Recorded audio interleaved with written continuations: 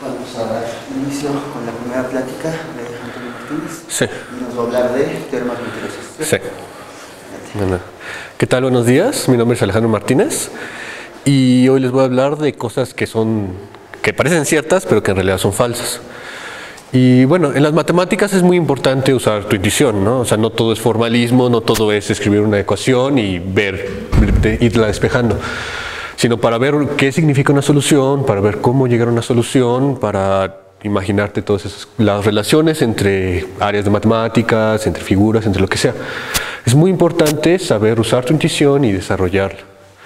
Pero, o sea, cuando hablamos de intuición matemática es muy diferente para alguien que podemos encontrar en la calle, un civil, un niño, lo que sea. Es diferente para alguien de los primeros semestres de licenciatura a un doctorando o un investigador. Entonces es un poco difícil decir que es obvio, ¿no? Es un poco difícil decir, bueno, esto claramente es cierto, ¿no? Entonces, bueno, eso es lo que voy a ver, eso es lo que vamos a ver ahorita. Vamos a empezar con cosas un poquito suavecitas. En la primera plática, son las 10 de la mañana del lunes. y vamos a ir escalando poco a poco para ver cosas que pueden parecer obvias. Entonces va a haber cosas que ustedes van a decir, obviamente, ¿no? Obviamente eso no es cierto. Pero hay personas, o sea, que si las ves en la calle y les dices, afirmo esto, te pueden decir, esto es cierto. Y bueno, o sea, ¿cuándo hay problemas? Cuando falla la intuición. O sea, en el mejor de los casos, te sale mal una cuenta. 2 igual a 3 y ya, ¿no? En el mejor de los casos. Pero, ¿qué tal si están trabajando en algo ya importante? Entonces, antes de empezar, les voy a contar una pequeña historia como moraleja de todo esto. A finales del siglo XIX y a principios del siglo XX estaba la escuela italiana. La escuela italiana fue un grupo de matemáticos que trabajó, o sea, no en conjunto todos y no todos al mismo tiempo, pero trabajaron más o menos de 1885 a 1935. Y estos trabajaron en geometría algebraica, en geometría birracional, en el estudio de superficies, de singularidades y todo eso. Y tuvieron mucho desarrollo en topología algebraica y en geometría algebraica. Y entonces, al principio, el líder era Castelnuovo, que fue el asesor de Oskar Zariski, que si le entran a lo de geometría algebraica es de los principales, de los papás que formalizó toda la teoría de variedades algebraicas y de esquemas y todo eso. Y él sí era muy riguroso. En esos tiempos la escuela era muy rigurosa. Después entró Enríquez. Él fue el líder después. Él era muy intuicionista, pero era tan bueno que casi nunca erraba. Entonces, bajo su dirección, este grupo empezó a ser menos riguroso. Empezaron a usar cosas que no probaban, sus papers eran un poco menos rigurosos y, o sea, se volvió más intuicionista. Y ya al final llegó Severi. Él llegó más o menos en 1930. Y él sí, bajo él, la escuela carecía completamente de rigor matemático. Ellos publicaban como querían y además Severi era muy necio. Era muy bueno, pero era muy necio.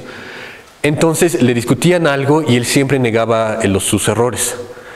Pero para más o menos 1950 ya habían encontrado tantos errores que habían tenido estos matemáticos que colapsó de plano esa escuela intuicionista de pensamiento. Colapsó y mucho del trabajo resultó ser falso.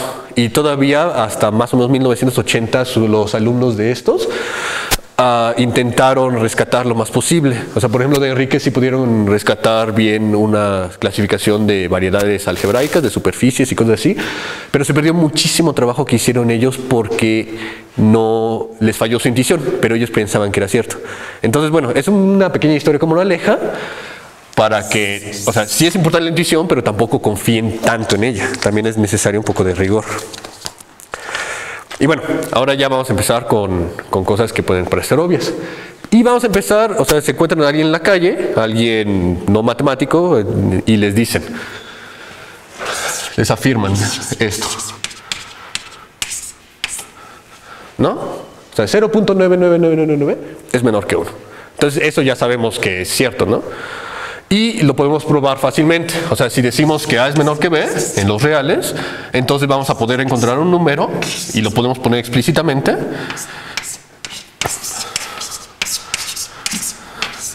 Que está justo en medio de los dos. Y bueno, con un par de cuentitas podemos encontrar, o sea, podemos asumir, supongamos que hay un número así entre estos dos y llegamos a una contradicción.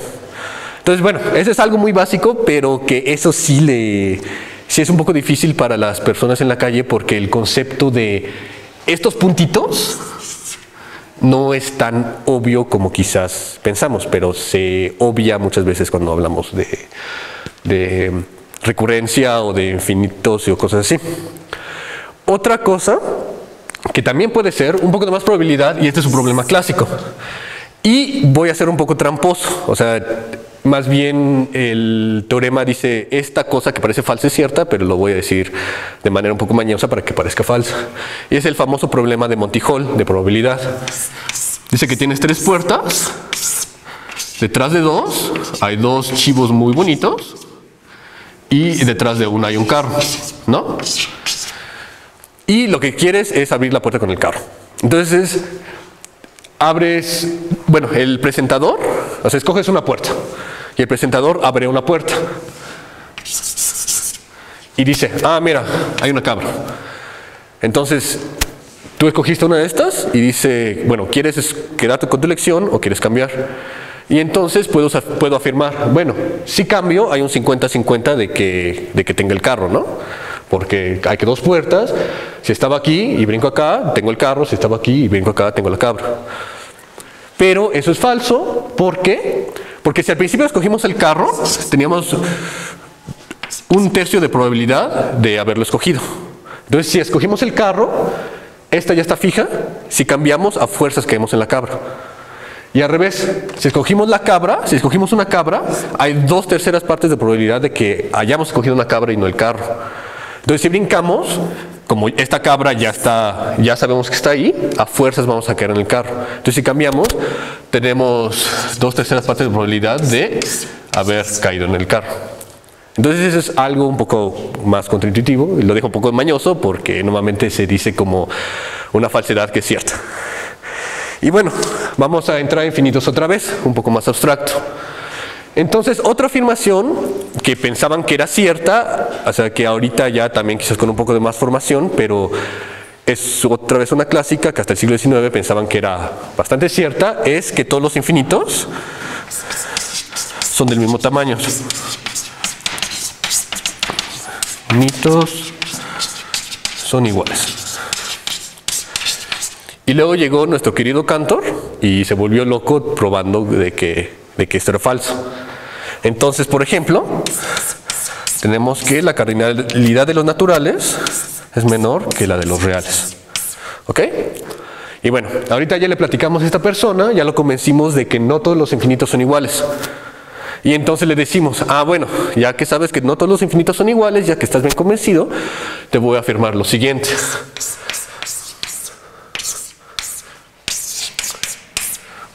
Hay menos naturales que racionales, ¿no?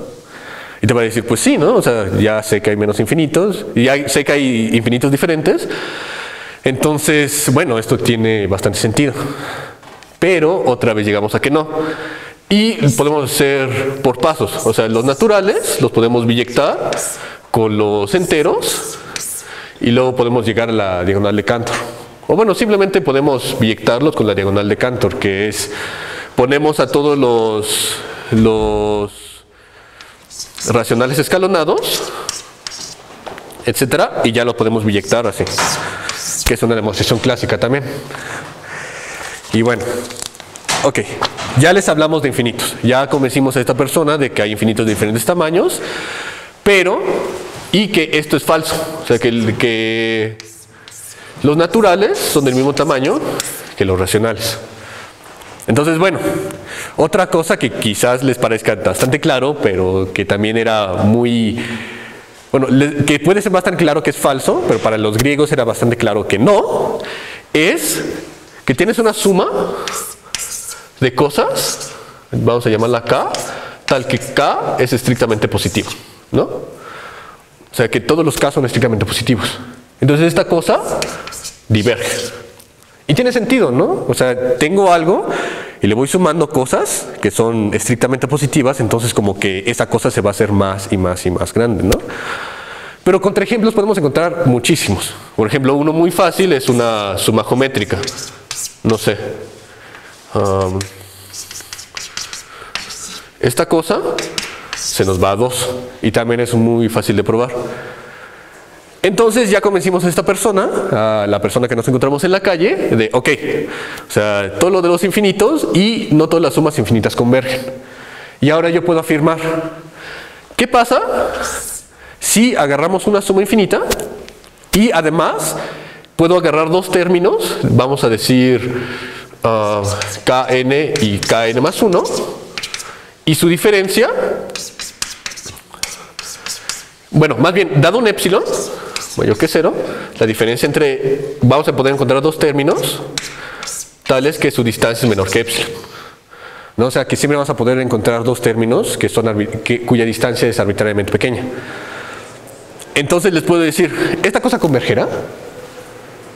O sea, porque ya vimos, o sea, básicamente el chiste es como agarrar cosas más y más y más y más pequeñas. Pero, y la persona puede decir, sí, pues como que se ve que converge, ¿no? Más o menos con esa misma idea.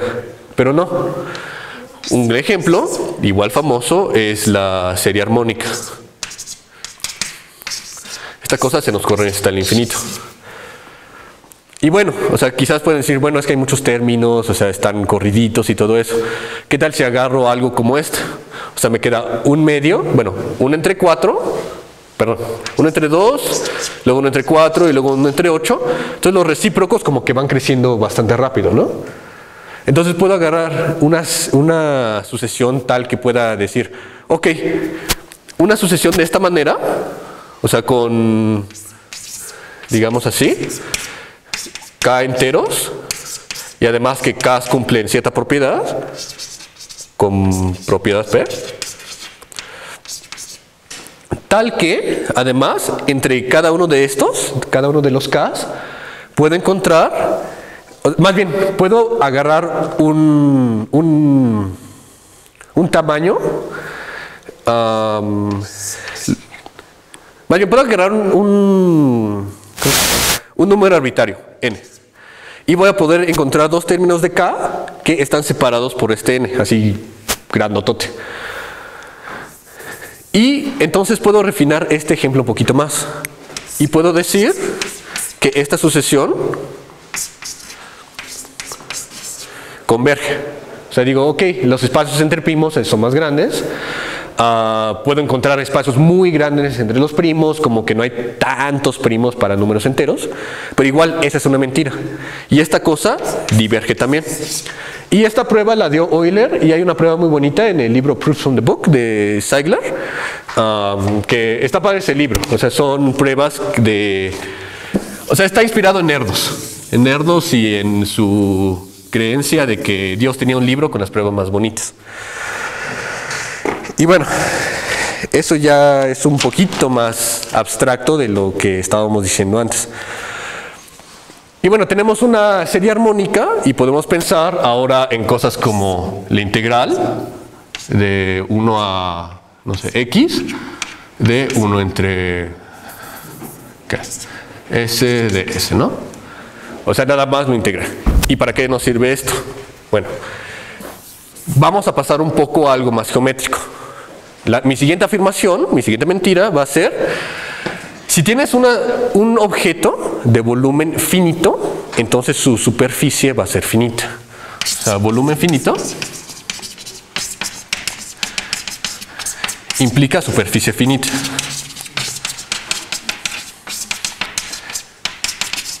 Y los que ya pasaron cálculo 2, conocen un ejemplo que está bastante bonito de esto. Es la trompeta de Gabriel. Y básicamente es, toman esta integral del 1 hasta el infinito, que les va a quedar algo así, aquí, y lo rotan alrededor de este eje. Entonces básicamente les va a quedar una trompeta, O sea, una trompeta muy, muy larga. Y también por cálculo, o sea, sabemos que el volumen de esta cosa, vamos a llamarla T, el volumen de T va a ser igual a pi, pero su superficie va a ser infinita. Superficie de T va a ser infinita. Entonces ya encontramos algo y esto nos lleva a una paradoja que se llama la paradoja del pintor. Imaginemos que somos un pintor y queremos echar nuestra pintura aquí. Tenemos una cantidad pi de pintura. Le echamos y entonces como que recubre toda la parte de adentro, ¿no? Toda la superficie de adentro. Pero si recubre toda la superficie de adentro, entonces ¿por qué no debería de cubrir la superficie de afuera, no? Pero ahí estamos como... Bueno, esa paradoja es nada más un paréntesis. El problema de esa paradoja es que estamos asumiendo que la pintura lo cubre parejo. O sea, que está la misma cantidad de pintura que cubre este cachito que un cachito más allá. Y ahora vamos a agarrar una afirmación que es hermana a esa. Si tenemos un objeto de superficie finita,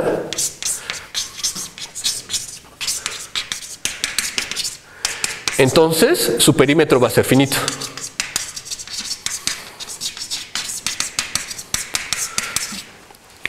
Y esta es la siguiente mentira. Y esto es falso. Y el contraejemplo que vamos a dar es otro bonito y también es uno clásico. Primero tomamos un triángulo equilátero. ¿Ok? Dividimos cada lado en 3. Y nuestro siguiente paso va a ser, en cada uno de estos cachitos en medio, vamos a hacer otro triángulo equilátero. Entonces nos va a quedar algo.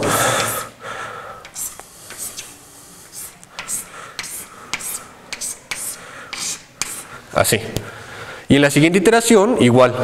Partimos a cada lado en 3 y construimos un triángulo equilátero sobre ese. Entonces, con un poco de cuentas, si llamamos el área de este A y cada lado lo llamamos L, más bien, el área de este es A y la longitud del lado es L, entonces el área de, si lo siguen haciendo hasta el infinito, el área de lo que resulta va a ser 8/5 de A. Que obviamente si A es finito, esto va a ser finito. Pero el perímetro va aumentando. Cada iteración hace... ¿Qué pasó, Miros? ¿Cómo es que estás construyendo el triángulo de abajo? ¿Lo cortas? Pero ¿cómo pegas el...? O sea, ¿pegas o lo estás agarrando? O sea, puedo agarrar esta línea. Esta línea es un lado. Pongo 2 puntos aquí. Tales que este es igual a este, igual a este. Entonces, este cachito lo borro y lo convierto en un triángulo. Así. Este es el pedacito original. Pero el nuevo cachito de arriba, ¿de dónde lo sacaste? No, ese yo lo construí. ¿Lo estás agregando? Sí. El siguiente paso es aquí, lo mismo. Y entonces me queda algo así. Etcétera. O sea, cada cachito le voy agregando. Entonces, ¿estás agregando área? No, estoy agregando perímetro. Y sí estoy agregando área, pero muy lentamente. Estoy agregando perímetro mucho más rápido que el área. Y el área va a converger a esto. Igual son un poquito de cuentitas y ya. El perímetro es donde ocurre lo más interesante. El perímetro, porque el perímetro, o sea, cada iteración que da, si estamos en la enésima iteración,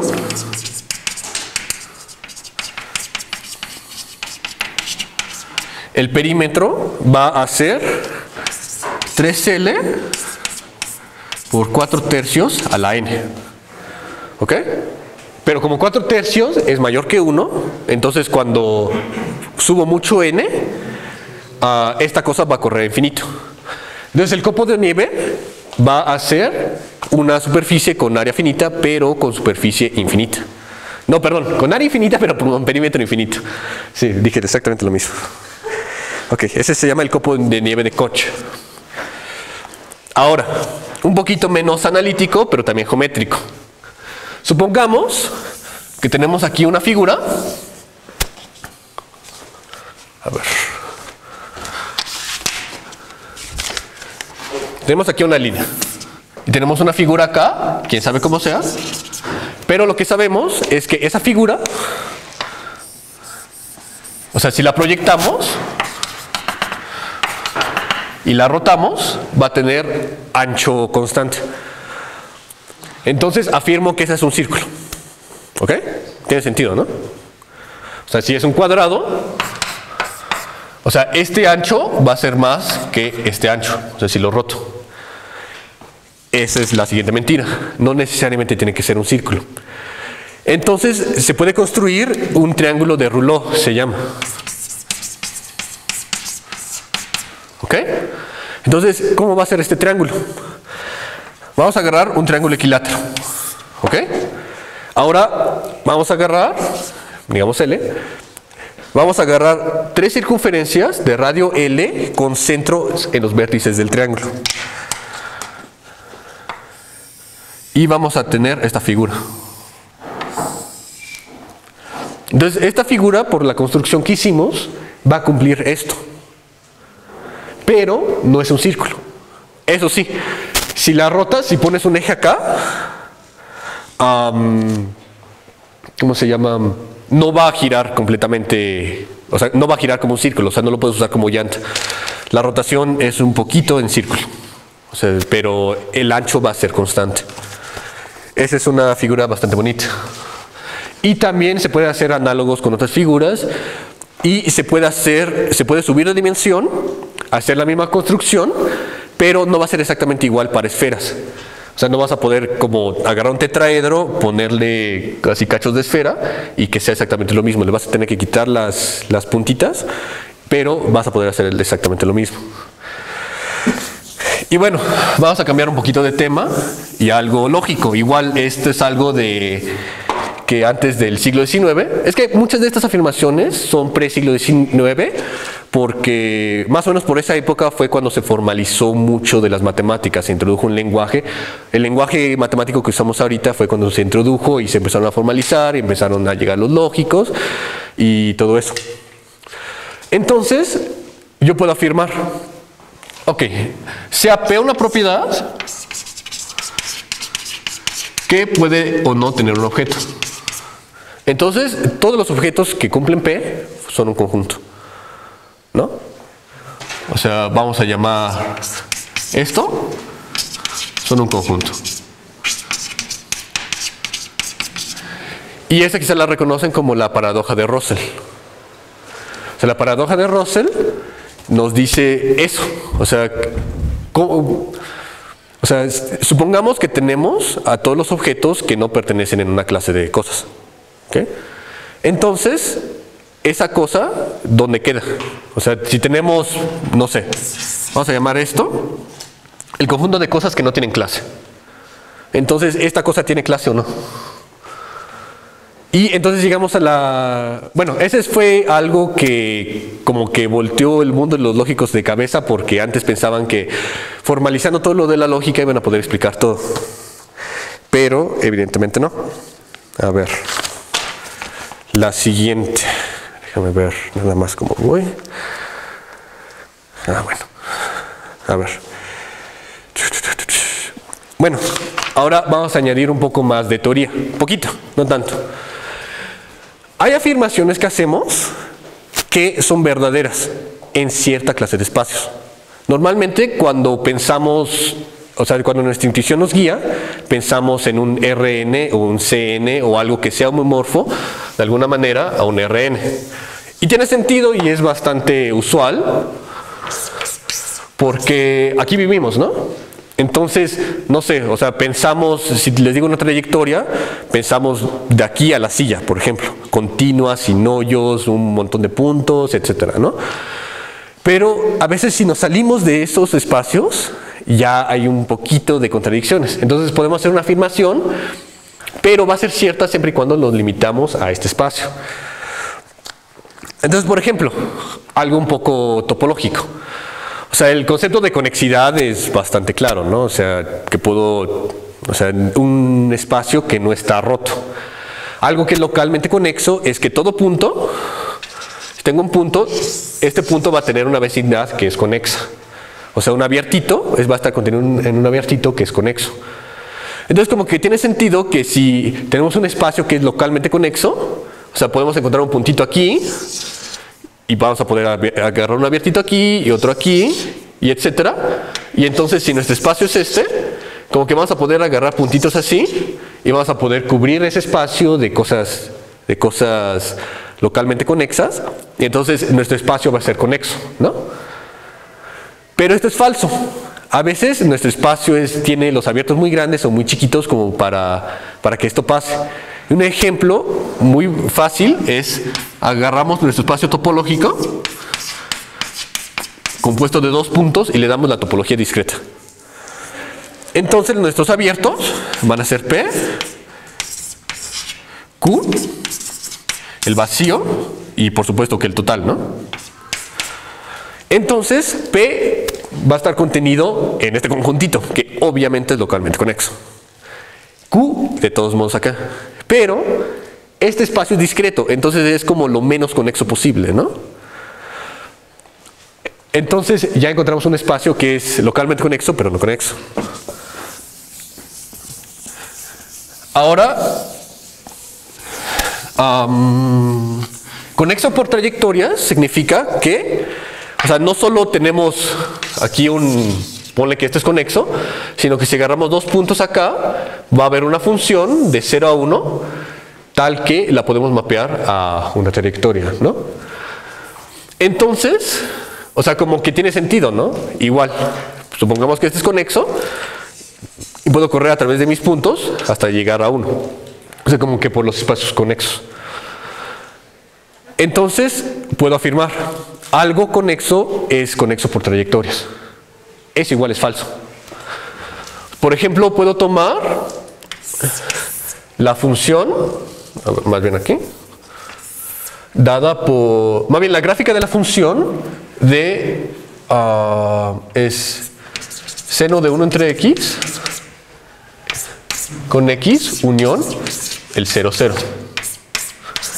¿Qué es eso? No, perdón, al revés, para que salga bien el dibujo. Entonces, esa cosa va a ser algo así y se va a volver loca cuando se acerca al origen. Y le añadimos al origen, ¿ok? X va a estar en este, ¿ok? Entonces, este va a ser conexo. Igual, o sea, si le ponemos la topología inducida por R2, por si lo encajamos en R2, entonces va a ser conexo, porque en cualquier vecindadcita de aquí vamos a poder encontrar un cacho de este y este punto. Aquí no hay problema porque es una función continua.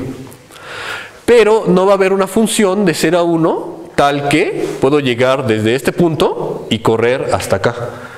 Entonces localmente conexo es una propiedad que parece que debería de ser de todos los espacios conexos, pero en realidad es un poco más fuerte. Y algo un poco menos topológico, un poco más métrico.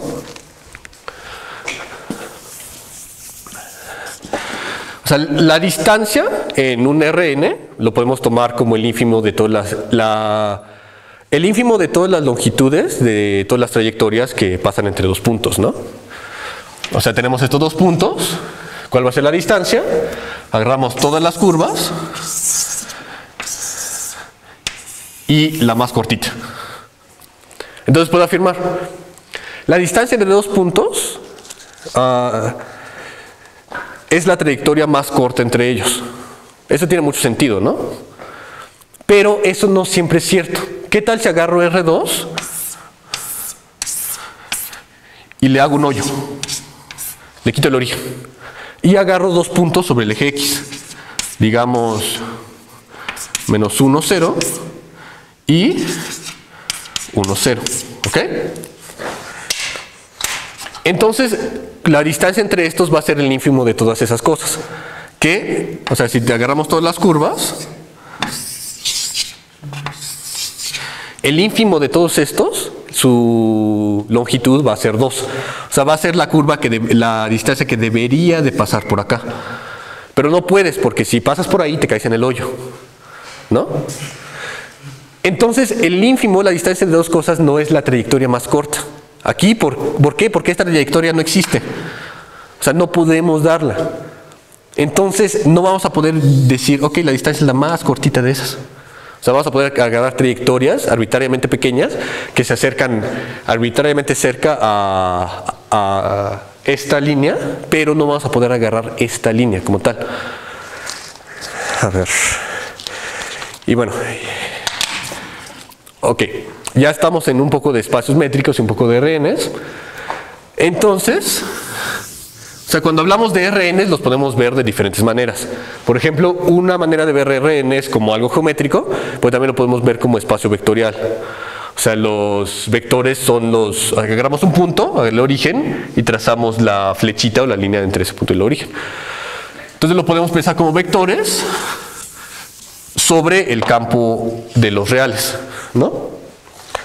Y entonces en un espacio vectorial, o sea, las funciones que nos sirven son las funciones lineales, ¿no? ¿Y qué hace una función lineal? O sea, hace esto.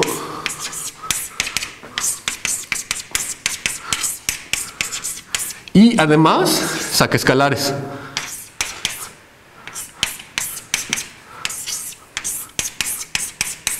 ¿Ok? Ahora, yo afirmo. Esta condición es lo suficiente como para decir que una función es lineal. Ya tiene bastante sentido, ¿no? O sea, por ejemplo, sumo f de x más x es f de 2x. Y ya, este es 2f de x. Y tiene sentido, ¿no? Pero aquí es donde vamos a empezar de ñeros. ¿Qué tal si vemos a R como espacio vectorial, pero no sobre R, sino sobre Q?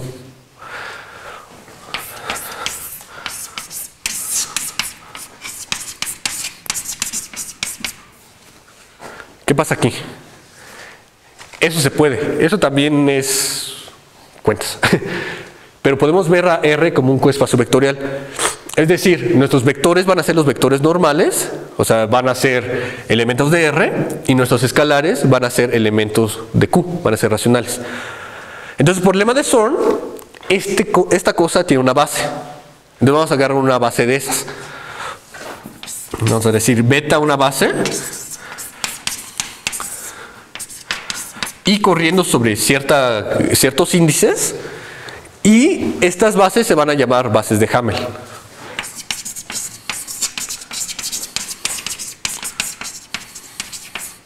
¿Ok?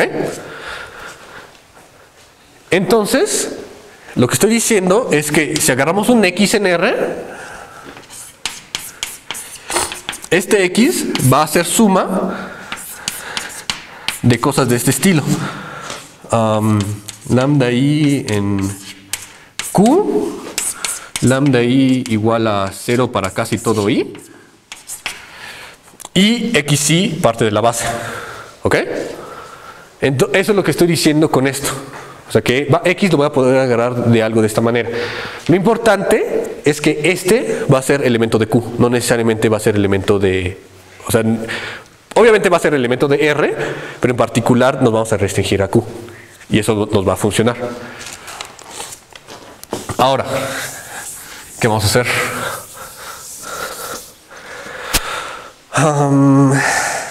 Bueno, puedo definir funciones, vamos a llamarlas coordenadas, porque tienen en el índice una coordenada. Podemos definir esta desde los reales restringidos a este espacio, o sea, xi lo multiplicamos por todos los racionales, y lo mandamos a este. ¿Y cómo lo vamos a mandar? Lambda i, xi, lo vamos a mandar a lambda i, fi de xi. Y bueno, este animalito lo podemos poner como queramos. O sea, yo en particular puedo decir, ok, quiero que sea algo de esta manera. ¿Ok? Lambda i, un racional. ¿Por qué? Porque quiero. ¿Ok? Entonces, ¿cómo voy a definir f de x para un x arbitrario en R? A f de x, o sea, este x va a ser suma de esta manera, y entonces voy a definir esto como suma de fi lambda i xi, ¿ok? Vamos a definir esto así. Entonces, esto va a ser igual a esto.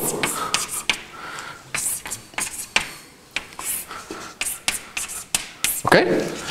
Entonces, así, eso parece lineal, ¿no? Casi parece lineal. Porque, o sea, pasando este para allá, más bien sustituyendo este con este de allá, nos queda esto.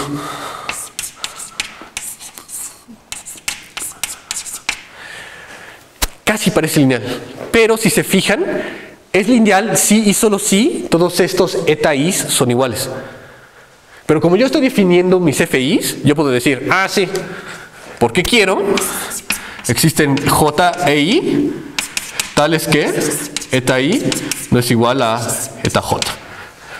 Y ya con eso hice una función que es aditiva, pero no es lineal sobre los reales. ¿Cuál es el truco? Solo ver a los reales como un Q espacio vectorial en vez de como un R espacio vectorial. A ver. Y ya casi. Sí. A ver. Bueno, ya llego al último y este es un poco más abstracto. Este es un poco más de álgebra, pero ni modo, me gusta el álgebra. Entonces, a ver. Supongamos que tenemos un anillo netteriano, ¿ok? R anillo. Y vamos a decir, ok, este es finitamente generado. Un anillo finitamente generado. O sea que R es igual a x1, xn. O sea, está generado por combinaciones lineales de una cantidad finita de elementos dentro de él. ¿Ok? Entonces, mi afirmación va a ser todo ideal de R es finitamente generado. Eso tiene sentido, ¿no? Si el grandote lo puedo formar con estas palabras, entonces cualquier cosa chiquita lo voy a poder formar con una combinación adentro de estas palabras, ¿no? O sea, tiene sentido. Si tengo algo infinito, o sea, ¿cómo voy a poder crear algo finito a partir de algo finito a partir de algo infinito? ¿Ok? Entonces, el contraejemplo puede ser el que sigue. Agarra un campo K. Y vamos a definir a este como el anillo de todas las series de potencias de polinomios en K. O sea, este básicamente va a ser el conjunto de todos los polinomios. Así, o sea, sobre infinitas variables. Y entonces voy a poder agarrar, vamos a decir que este es... Sí, vamos a agarrar esta mejor, porque si no va a haber demasiados paréntesis y cosas así. Entonces voy a poder agarrar este. Vamos a decir que este es nuestro R. Vamos a agarrar las fracciones de series de potencias de S. Entonces, este es finitamente generado, o sea, por la construcción. Pero, ¿quiénes generan a este? Este lo podemos encajar de una manera canónica. O sea, estas son fracciones que tienen arriba series de potencias y abajo series de potencias, pero menos el cero. Entonces, este lo podemos encajar canónicamente como agarramos uno de estos con el cuate de abajo que sea 1, ¿no? Entonces, este va a estar contenido en este. Pero este no es finitamente generado. Este tiene todos estos generadores. O sea, este va a ser generado por x1, x2, etc. Y eso es lo último que quería decir. O sea, al final del día les dije puras mentiras, mentiras divertidas, mentiras que parecen ciertas, pero mentiras. Y muchas gracias.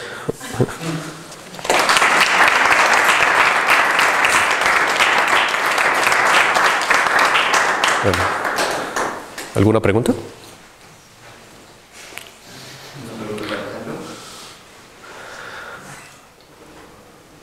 ¿No? Ok.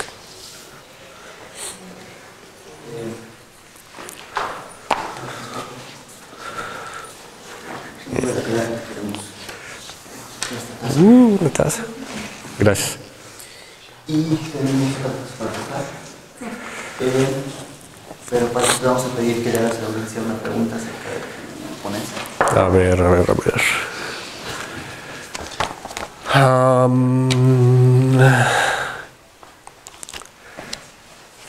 Bueno, al principio dije de estos algo y dije que X persona es alumno de estos y fue de los que formalizó mucho de la geometría algebraica junto con Grothendieck y Serre y todos ellos. ¿Alguien se acuerda de quién? Es un matemático ruso ruso-americano muy famoso. ¿No? O demasiado atrás en la presentación. A ver, una un poco más. A ver.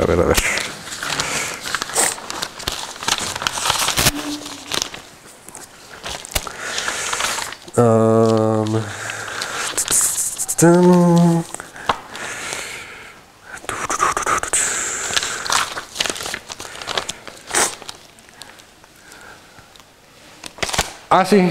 ¿Cómo se llamaba este triangulito? El de... O sea, tomo un triángulo y tomo las circunferencias que están ahí. Mira. Sí.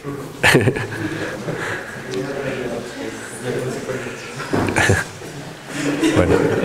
¿Otra pregunta o solo había notas?